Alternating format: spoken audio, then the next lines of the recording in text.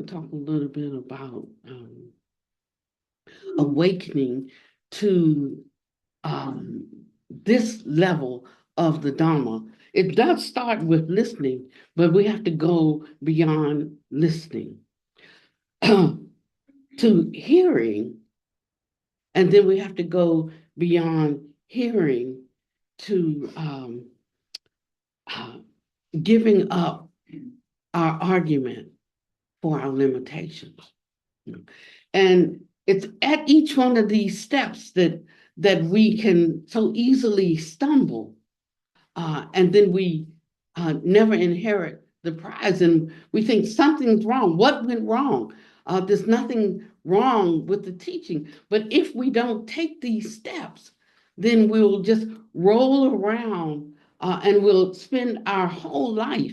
We were talking in rehearsal today about how things are changing, and some of the fears around technology.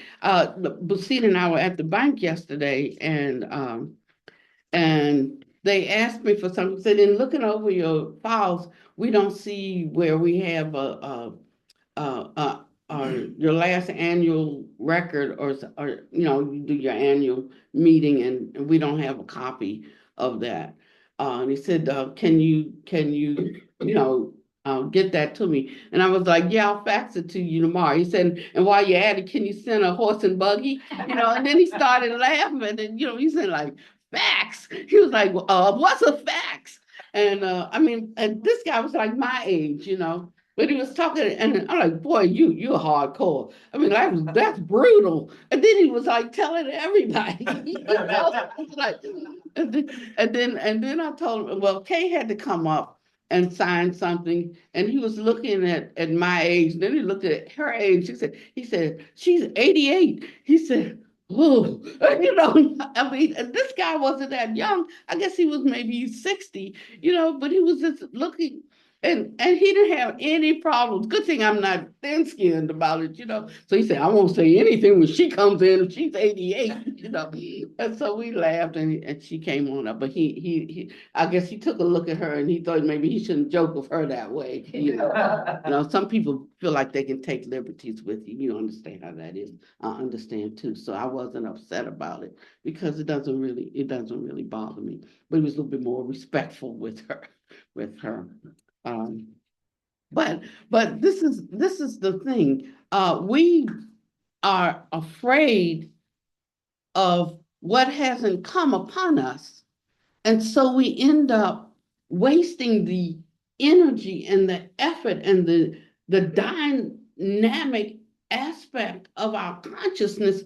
We're plugging it into worry rather than being open constantly for solutions.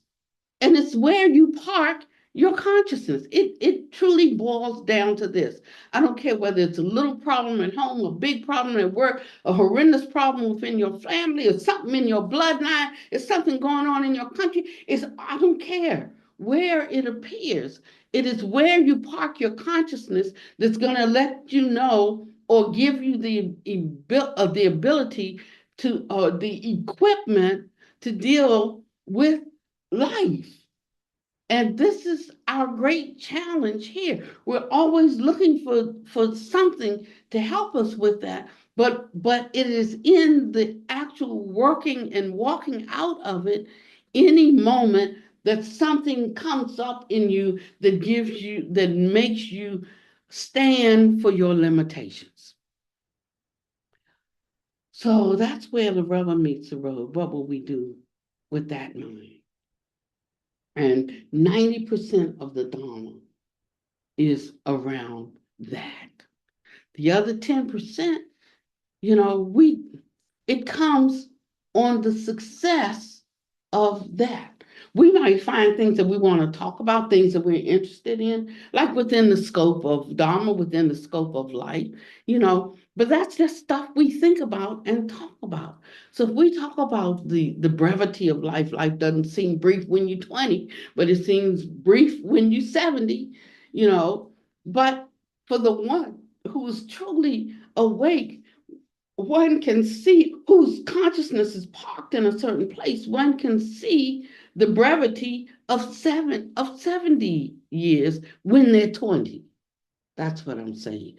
This kind of clarity that I'm talking about is not a surface kind of clarity that is cobbled together with scattered wisdom, but it builds a solid block so that we are able at all times to see a bigger picture of something, to see the totality of something, and then we can collapse it into a single moment, and we can operate from a position of power rather than a position of fear or lack or trepidation or whatever it is.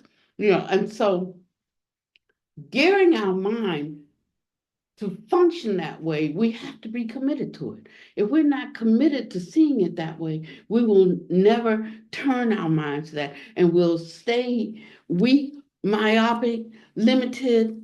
You know, I can't hear what you say because I'm so busy trying to make sure you got my point of what I'm trying to say. Listening and then hearing and adding it to what we have is the only way that we advance. And so I have to tell you, and I tell you this because I love you. I saw a movie, it's called Ray. It was about Ray Charles and he struggled with some degree of blindness when he was a child. And he went to the doctor, and the doctor told his mother, he said, he's going to go blind, and it's going to be soon. It's going to be in a few years. So, and there's nothing else we can do for him. That's just it. And so from that day on, she purposed that she would not coddle him because he was going to have to figure out how to function blind in the world. And so right away she started, and they were both in the kitchen, and he was reaching for something or was trying to move around the kitchen, and he stumbled, and he would call his mom when he got frustrated with that or couldn't, and she would help him. She was guiding him. She was, teaching him, but she went hardcore because the doctor said he's going to be blind soon. And he bumped into this and he bumped into that, and he was used to her running to his aid, his defense, and helping him, coddling him, let's go through it one more time, and she didn't answer. And he's like, Mom, where are you? Where are you? And she didn't answer. Set the tears rolling down her cheeks, but she didn't answer as he stumbled and as he fell, and he had to get up and feel around. And then he started feeling because she wasn't there. And she did it because she wasn't going to always be there for him. And he was going to have to figure out how to maneuver in the world.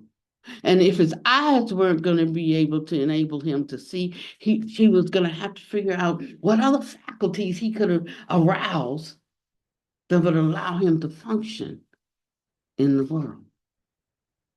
And so it's like that. I'm telling you that from this time forward, some people ask, well, what did we want to meet? What did I want to meet one-on-one? Is it about the fundraiser? No, it's not about the fundraiser.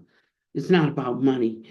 What I want to talk to you about is where you are in your practice and where you want to go. When you call me for a one-on-one, I don't want to hear about your day at the park. I don't want to hear about any of that, because I have a limited amount of time. And I want to spend this last bit of time now going where the rubber meets the road. That's the love that I can show you now. And so I'm changing. If you thought I was difficult before, I'm telling you, it's going to be more difficult now. So you got to put your big girl and boy panties on and not be offended by what I say, because I'm just trying to tell you the truth now. And even if you get mad with me now, later, when the time is right, you'll remember. Buddha Master's not with me now. but I remember the things that he said to me when I didn't understand it, when it didn't make sense, when I was like, he's too harsh, he's running everybody away. Nobody wants to hear that. But the time comes that when the seed is planted and you listened, then it comes back around and you can hear what it's saying, and then you can use it in your life. We always, when we get old, talk about something wise that our parents said to us, but at the time they said it, we weren't trying to hear all of that, but that time comes. So some of you I've known for 5 years, 2 years, 10 years, some 20 years. Sister wrote a song. It said something like "How you like me now?" Or "Where are you with me? Are you with me? Are you with me now?" So that's the question that I'm asking. Are you with me now? And for the ones that I can help, I will help. For the ones that I think need something else, I'm just going to plainly say it, because I don't want you to waste your time, because life is short.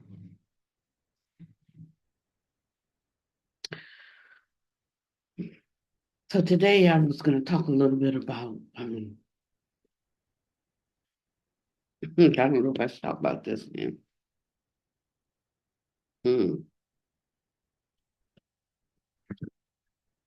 Wow. Can you tell us what your insight was? Oh, let me see. I forgot it. Let me see. I wrote it down. Oh, I think, well,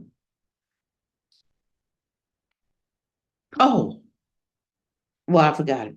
It'll come back. I got a piece of it. All right. Okay. Because I have to give it. I just got it, so I have to give it. I can only give it according. When you get an insight, the insight has to be unpacked. That means if you get an insight and right away you know what that is, it wasn't an insight. Okay, it wasn't an insight. An insight comes and it shakes how you understood something. It turns upside down what something meant to you and how you utilize it. That's what a true insight does. It takes you beyond the place that you were. You can come to a conclusion about things. You can analyze something and come to a reckoning, but that's not an insight. So a lot of times we call things what they're not, and then we think we've got something. We just have more of our mind, more of our own mind that was heading in that direction. So we're just running a little bit ahead of our own mind, but we're on that same track. We're on that same trajectory, but a true insight shakes, it discombobulates you. It throws your mind out of kilter, because, so I remembered what it was. Okay. Yay. So I noticed that when I'm alone, I never have moments of being out uh, of being in spatial difficulty, you know, like not like uh, something that feels like confusion. But when I get around people, depending on who the people are, I have different things occur. And the insight that I had today that I'm going to begin to work with.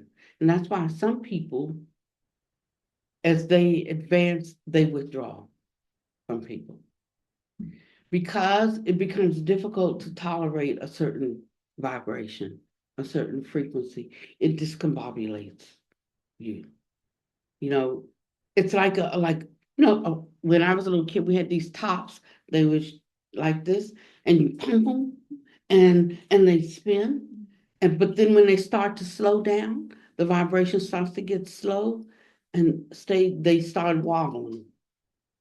And I kept saying I have these experiences like when I'm with people, and after a while, everything gets distorted.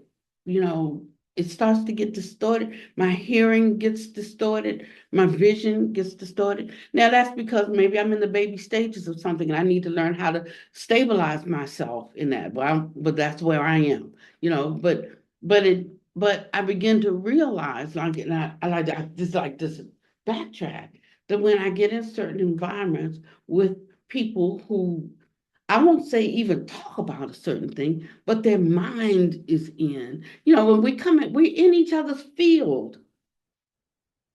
We're in each other's field.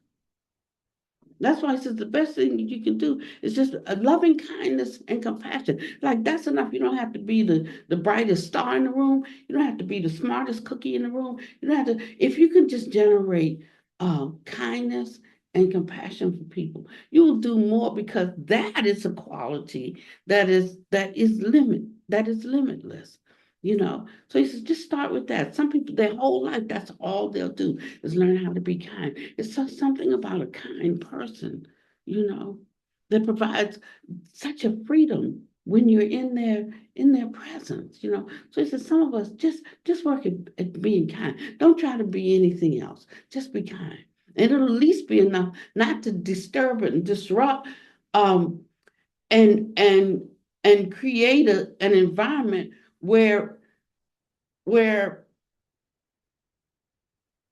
more information cannot flow to you because the frequency will dampen and stop the flow of information. That's all. I don't want the flow of information to be stopped. And so we have to lift our vibration to stay with that flow. And that's what I'm saying to you. And so we have to prepare. If I'm going to be with somebody, I got to prepare to be in their presence and not bring them all my low level stuff. I've got to, you know, it's like I'm not just showing up because I'm bringing whatever I am with me. So don't just show up, but bring your best with you. This is a different level of practice. This is how one does things for the sake of all beings. You know, I might be thinking, yeah, I'm going to hear Dharma for myself, or how to use it in my life. All that's good. But I should think more than that. What I bring in that room, in my consciousness, is going to determine what can go forward in that room because I am bringing something with me when I come. So when I'm bringing my negativity or when I'm bringing my limitations, when I bring, that is what I'm offering people. Not the smile, but what I'm bringing in my consciousness. So it's a serious thing, is what I'm saying to you today. This really wasn't where I was going, but I think we should go. And it will change your relationship with the holy beings. They will help you, but they are paracletes. Paraclete is one who helps you at what you initiate. And so if you don't initiate anything that is within the realm of consciousness raising, they won't help.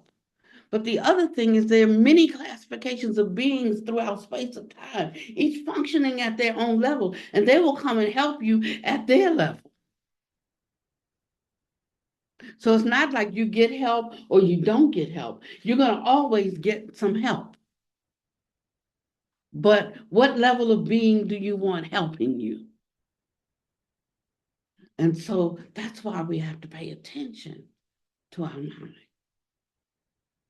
And this whole practice of meditation is designed for helping us to get to states of samadhi. And this is really where I was going today. I hope it still fits. And within the Theravada schools, we teach that samadhi depends upon 5 factors. coming into play. The first is vitaka. That's bringing to mind evaluation. That's basically contemplating or thinking about something or analyzing something. The second is vichara, and that's a rapture, a ease, and a one pointedness. One pointedness is called ekagata, one pointedness. And so when we think about this one pointedness, of reflecting on something, it can be the object. The object can be a bowl of water with light shining in the bowl, just thinking light, light. It could be a blue casino, thinking blue, blue. It can be a statue. It can be a visualization. It can be a word, peace, peace. It could be, it can be anything. It can be an object or it can be a subject, but it's training the mind to look deeply at what that subject means to you. What is peace to you? If I asked each person in this room to tell me what peace meant to them, we'd have, I don't know, 25 different answers, because each one of us has our own idea of what peace in this moment would mean. I mean, you could ask in an hour, even you have a different idea of what peace would be to you, because the truth of things depends on people, places, and things. So truth is not just something set out there and saying that's the truth. What is the truth depends on people. It depends on places. It depends on things. These conditions come together to form the present moment, and one comes to a conclusion about what is true in this moment for this person, due to these conditions, for this reason. And so looking for an automatic, I want the truth out there, that's just mind fodder. But what is true depends on these factors that are coming together at this particular moment. And that's one reason why I try not to have crafted Dharma talks, because I don't know on Tuesday, what factors are coming together on Sunday at noon, or what on Tuesday is coming together as factors on Wednesday, the very next day at noon, or sometimes even the next moment. And so we have to know or train the mind to be available to prajna to inform us. Otherwise, we can give a good talk, but it's not that which gives light and life and which breaks yokes of bondage in our life. So we want something that's going to actually break the yokes of bondage. And if we're giving that and the yokes are not breaking, then either we're not listening, or we're not learning, or we're not committed, or the causes and conditions aren't right for us to get it. Any one of those is a no-go. And if it's the fourth one, that the causes and conditions are not right, how are we going to fight that? Who are you going to fight about that? One just accepts, and they line up with what causes and conditions are present, and learn whatever there is to learn in that until other conditions open up. So you see, we have no reason to be discontent with anything except that I'm over on the left when I want to be on the right, and I'm on the right when I need to be in the middle section. And that's what causes us to be perturbed and causes us to not make progress. We just like not honest, so we're having to learn how to just be honest. I would say brutally honest, but brutally sounds brutal, but honestly, it's not brutal. It's so clarifying when it's it actually, instead of exposing, it vindicates. It takes the blame off of us. It's not our fault. No, when we really understand karma, when we understand karmic conditions, when we understand causality, there is no place in it for blame. Now, blame comes in the selfing part of it. But whether we blame ourselves or don't blame ourselves, whether we shield and hide ourselves or whether we acknowledge it, it doesn't take away from what actually is. Whether we, hide it or don't, or whether we embrace it or don't, it doesn't change the isness of it, is what I'm saying to you. But we like to change the isness of things to make them line up with how we want to feel at any given time. Listen to me. So those first conversations we had about self, we're not having those anymore. We already know about that stuff. But now we have to go a little bit deeper if we really want to be free. If we really want to be free. And when we start going this way, the thing that makes us recall or push back is the fear of exposure. But if you're phony, whether exposed or not, you're still a phony. So I'm constantly looking to see, where am I phony? And I know where it is if I'm bold enough to look, if I'm not afraid to look. There's not a day that goes by that I don't think about what somebody thinks about me. As much as I tell y'all, I don't care what you think about me. I'm going to tell the truth as I know it. There's still not a day that goes by that I don't really think about what somebody thinks about me, or what they feel about something that I said, or but I don't mean just wondering like, well, should I have said that? Is that good? Of course, we got to always do that. That's just being a good person. But I'm talking about now really being honest with myself. And did I really need or want somebody to feel a particular way about me? There's not a day that I don't have that experience. But every time I have it, I acknowledge it. And to myself, sometimes I acknowledge it to other people. But, they can't do nothing about it. Only I could do something about it. So just acknowledge it to myself, But I look at that and I see the fault in that, Now I don't have to try to like be something because I ain't telling nobody about it. Just working on it internally is what I'm saying. But this is the kind of work we have to do. And a lot of times we feel insecure and we feel we sort of feel broken down because we have a hard time not acknowledging, because you can't not acknowledge it. If you see it, you can't unsee it, but we have a hard time dealing with it because we don't want to be that person. We don't want to be that person. But there comes a tipping point in not wanting to be that person.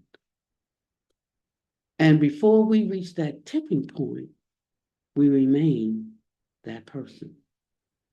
So if we're not careful, we will avoid those areas, and then we can't reach the tipping point where we transform into something else. This is the effort it takes, the fearlessness to not be afraid, to see ourselves exactly as we are.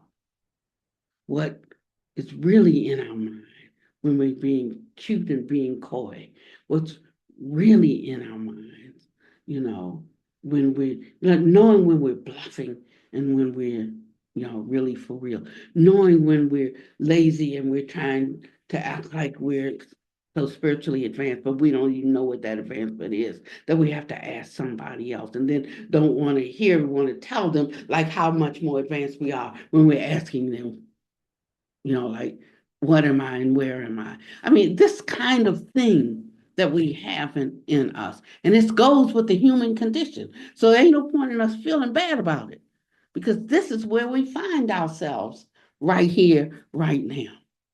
This is the classification that we find ourselves in So how can we be anywhere else? That's why you don't have to feel bad about it.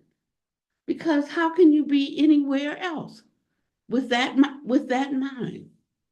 So it's not to feel bad about it, it's to recognize. And the more you recognize, the more you become comfortable with your truth, your inner truth, the real deal about yourself. There's things I want to do. And sometimes I even get a signal. I got a signal to go out to California. And I don't want to go. I don't want to go. Now, I shouldn't say I don't want to go because I should be encouraging everybody to go. Forget outer conditions. It is the place to be. It is a holy site. And and I mean you can be in a house and a house has different rooms, right? And you could be in the foyer and like that's where the front door is and there's a little draft in there. Or you could be in the furnace room and it could like just be too hot in there. You could be in the living room and it's nice and comfy and cozy and that's where you can communicate. Or you could be in the bedroom and that's where you relax and you sleep. There's many rooms when in the Bible it speaks that there are many rooms in my father's mansion. He said, if that wasn't true, I'd tell you. But there are. And so one time I was studying with a great master, and I was telling her what I wanted to accomplish in my life. And she knew I didn't have the common for it at this time. Like she's trying to help me walk and I want to run, sometimes, look, I want to run. And she's talking about, and she's like, look, you can't even walk, and so, but I wasn't hearing it. And she was saying, why do you want to be in the furnace room? Because she was saying what I wanted for myself was more than my capacity at that time. And so she was saying, get this that I'm trying to teach you. Just focus on this right now. Like, no, I don't want that. I want what you have. So I want to get it the same way you got it. And I left her. But I should have stayed a little bit longer because there were some things that it took me a decade to learn that with her, I didn't even have to learn it. I just needed to be in her presence. That person, that Pannavati, she was so sweet. She was so nice. She was so loving. But one day I realized, like, I'm not really like that. So where's this coming from? Then I realized it wasn't me. It was her. It was being in her vicinity, being in her orbit. And in her orbit brought out those aspects of me. And it was so wonderful. I said, like, well, whatever she learned, I want to learn that. So I went off and said, I want you to teach me. I don't want you to teach me exactly the way you learned it. And she was saying, that's not what you need right now. You need me to cover you. She said, let me, like a babe, let me hold you. I mean, I needed to have that experience of what it feels like to have that kind of mind, you know. And then she said, because when your mind mixes with the other people's minds, you're not going to even be able to handle it because all of those buried seeds, the ones that you don't even know you have, you know, they're going to get watered. Things are going to trigger you, and it's going to start rising up, and you're going to be twice the hellion you are now, you know. And but I didn't get it then. I didn't get. So I'm just trying to save you some time for those who are going to run on to see what the end's going to be. I'm just trying to save you some time so you don't run in circles, run in a loop, because this is not child's play. Said I once was a child, you know, and when I enjoyed childish things, but then I became a grown man and I put away childish things. And so this is where we are now. And we can go retro, we can stay where we are, or we can advance. And it's not a roll of the dice, it's a choice. It's a roll of the dice if you haven't been given a choice. But if you have the things that are available for you to advance, and you don't take advantage of them, then that's choice. How wonderful to have choice. Some people don't have a choice, like, and I want a choice.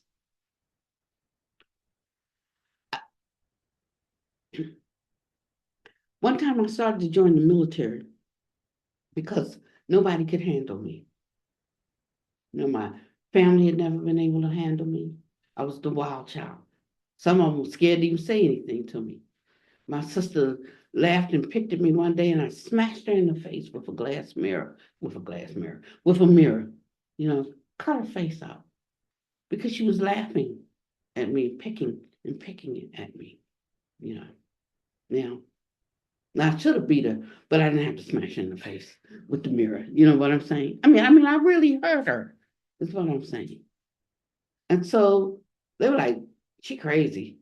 You need to leave her alone." But the thing is, I wasn't the crazy one. She was the crazy one.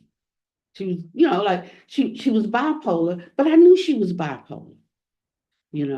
And I didn't have the patience when she would get into certain states to deal with her. But she couldn't help herself. I chose not to help myself. That's what I'm talking about. That's the difference in knowing when you can do something different, but you just choose not to. So these practices are coming up for me, right? And I'm going into a dark retreat. I'm going into a dark retreat, not because, oh, that's another thing to do. What's the next thing I can do? I'm going in with a reason.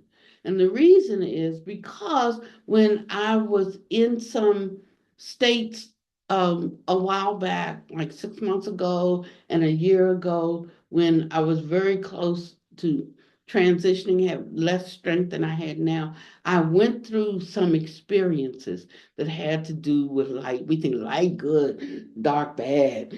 So if something's light or like you bright, you think, oh, that's the way, that's the way. And so I was reading up on the Bardo and all of that. And then I got to it wasn't like a real bright kind of checkout space. It was more like a twilight kind of checkout space. So twilight was even better than bright because bright has some agitation with it, right? Like I like out there, but that's it's a little too bright, a little agitation with it. So whether something is sad or down, the mind is agitated. But when things are too hyper, too up, too bright, too big, too much, then that's also an agitation. But then I got to this twilight space. And this twilight space, everything was just right. It was so just right that there wasn't like a neither place to go. Neither go to the light or go to the dark. It was nothing. It was something, but it wasn't identifiable as anything. It was just there. Can't even say who was there, because I couldn't even think of I am here in this nebulous space. Uh, there was something, but it wasn't like a human consciousness that thought of an I, but yet there was something. So empty space is not nothingness, but it's not anything that we can identify as something. That's all. Don't worry about it.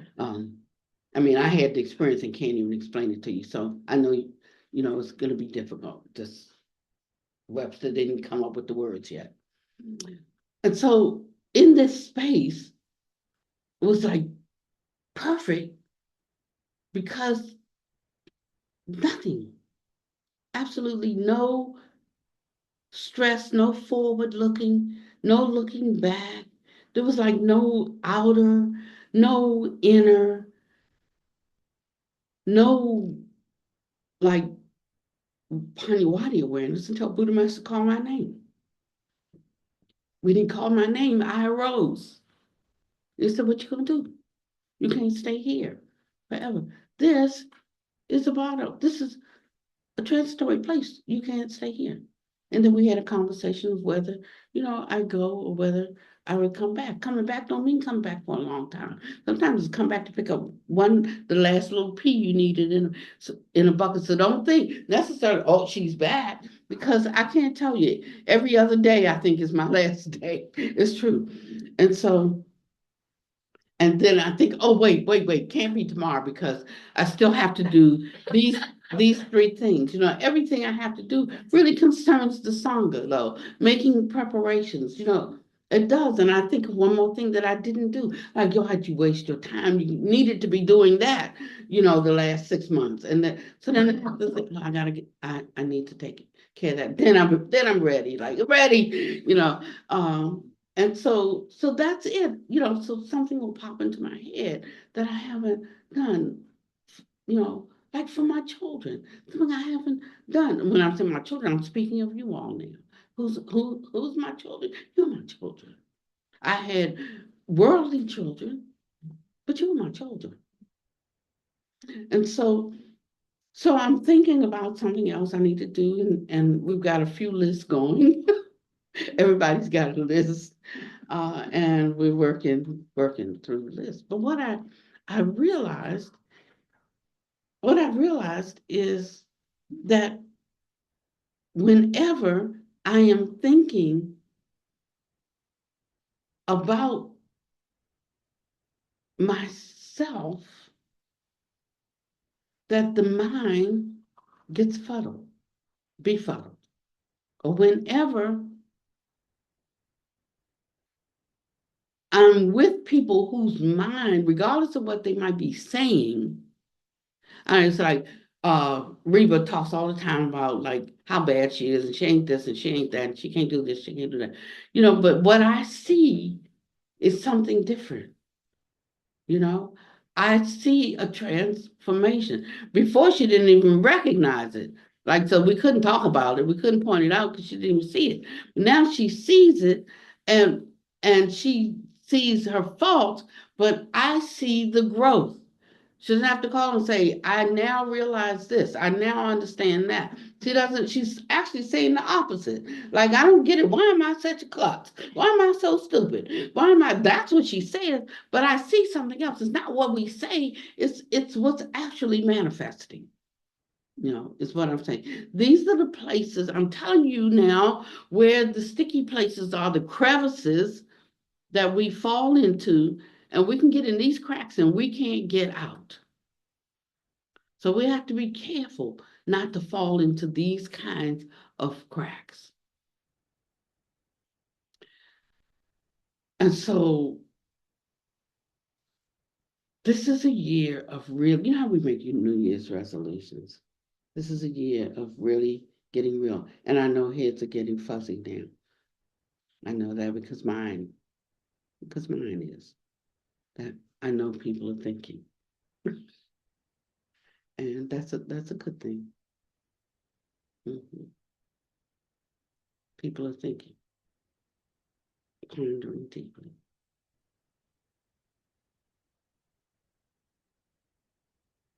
And that means I know you get the gravity of the situation. I talk and laugh up here a lot, but I'm sober and I'm serious.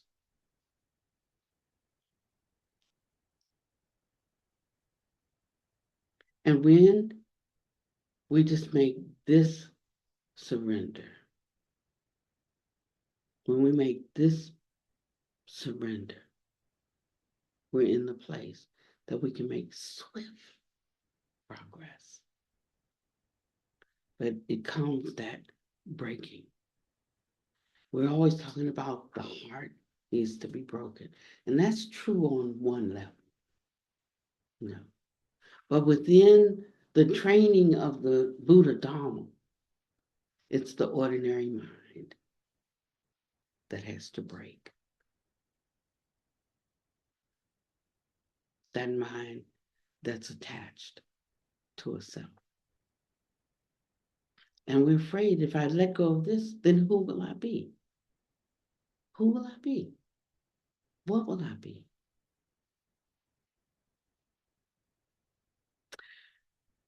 So to close off, I'm going on dark retreat. So a dark retreat is when you're in isolation, you're in deprivation. And so once the door is closed, there's no light anywhere and you stay in there. And usually they start you with 3 days. You do that, you can go for 5 or 7 days. You do that, you can go for 15 days. If you do that, you can go for 30 days. If you do that, you can go for 49 days. And then the purpose of it is to acquaint you with that state when all of the information that the senses uh, tell you becomes silent. And and I was going because I'd had these experiences of light, really bright, right? Really bright light, and being in spaces with the sun cresting over the horizon, all that in here, right?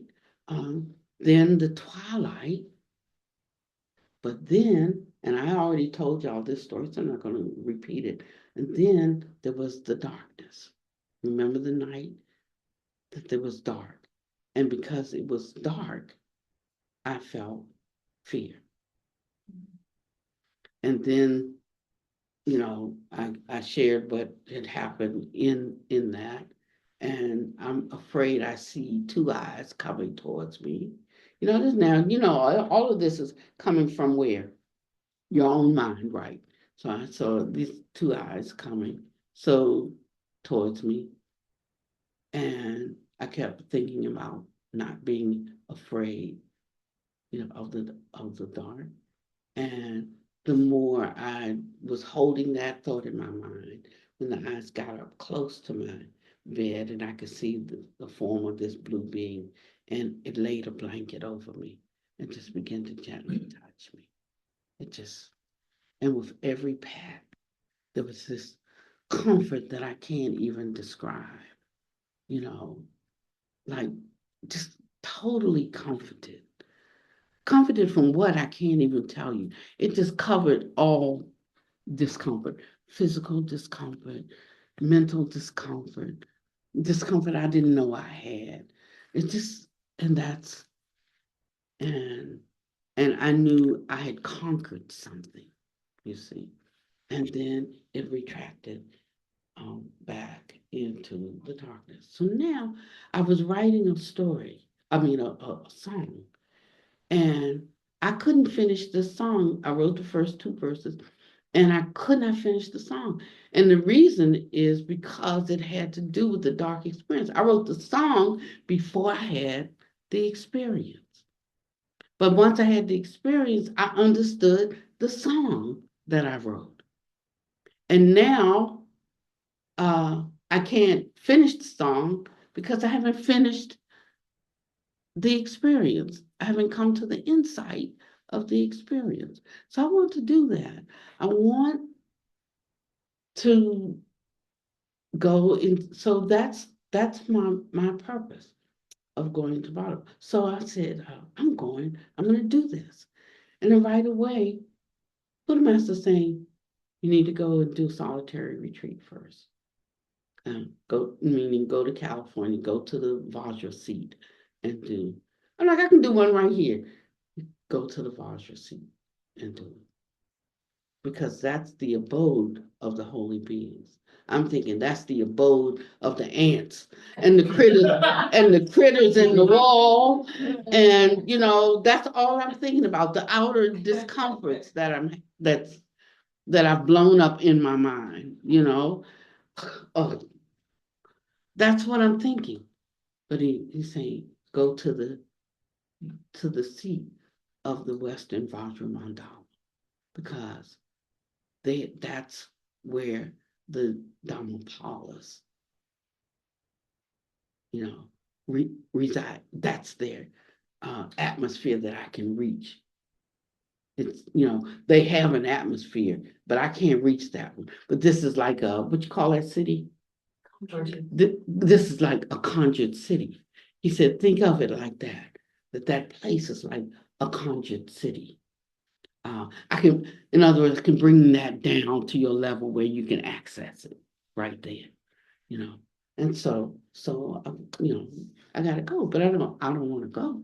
But the purpose of the solitary is to do my practices unobstructedly for the 7 days in the place where the Dhammapalas can support and help with what I'm doing. And from there, do the practices that I want to do from now until I die. And there are 3 practices I want to do. I want to do Samal, Supreme and Unsurpassable, Mahamudra of Liberation. I want to do Savana Varana Vishkabum, which is the Yidam of fearlessness. And I want to do the raising the consciousness of the dead. Those are the practices that I want to do. And so I'm going in to do those, I have to get into another place. That's what I'm saying. So I know what I have to do to get to be able to have some results with those practices, is what I'm saying. So we can do things, we can do practices, we can do exercises, we can do reading, we can do all of that. But to have the kind of results that you need takes being in a certain mind state. And to get in a certain mind state takes certain commitments, and some of them may not be comfortable. No. Yeah. So putting forth the effort to do a 7-day retreat, a 3-day retreat, just on one day that you give up everything else and retreat, or to do a 2-hour practice every morning, or a 30-minute practice every morning, or even a 15-minute practice in the morning, you know. But want to talk to me about things and can't even commit to that. It doesn't matter how much we talk. I'm not going to be in a state where you can have the kind of realization that you want and the kind of attainment that is available to you. So,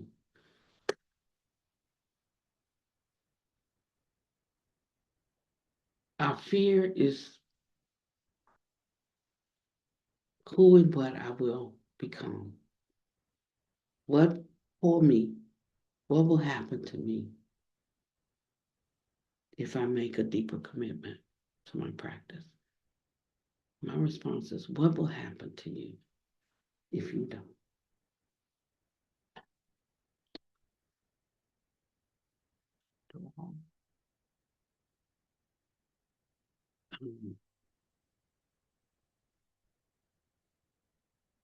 And I know I gave a tough talk because that's just my personality.